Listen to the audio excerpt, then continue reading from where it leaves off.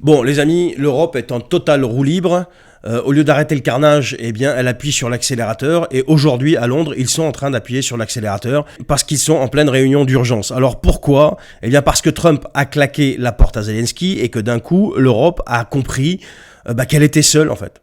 Elle était seule. Mais à ce moment-là, quand tu es seul et que tu n'as pas ou peu de ressources, au lieu de te poser la question évidente, comment on sort de ce bourbier ? Eh bien non, l'Europe, elle décide de s'enfoncer encore plus.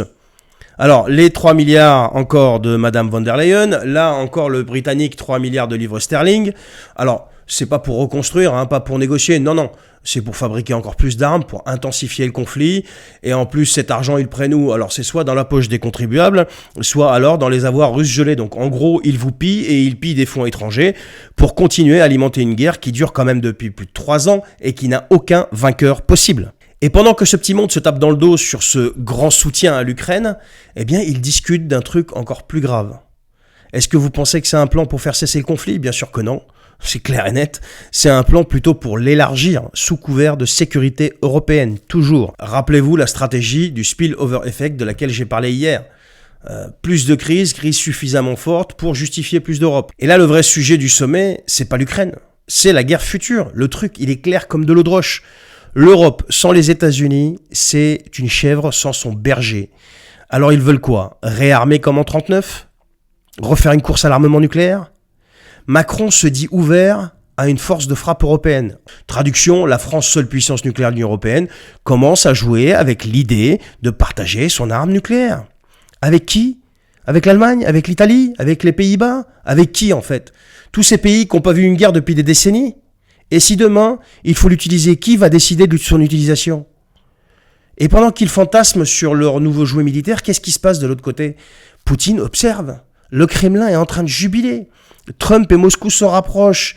Et au lieu de comprendre qu'il est temps de calmer le jeu, l'Europe fait quoi ? Elle joue les gros bras. Jusqu'à un point que Macron en arrive à prévenir. Si on ne l'arrête pas, écoutez cette phrase, Poutine ira en Moldavie puis en Roumanie. Mais tu veux arrêter qui ? Comment tu veux l'arrêter ? Comment est-ce que vous comptez arrêter Poutine ? Ça fait 3 ans que vous nous répétez la même chose. 3 ans que vous nous expliquez que Poutine va tout envahir. 3 ans qu'on nous répète plus de milliards, plus d'efforts, plus d'armes.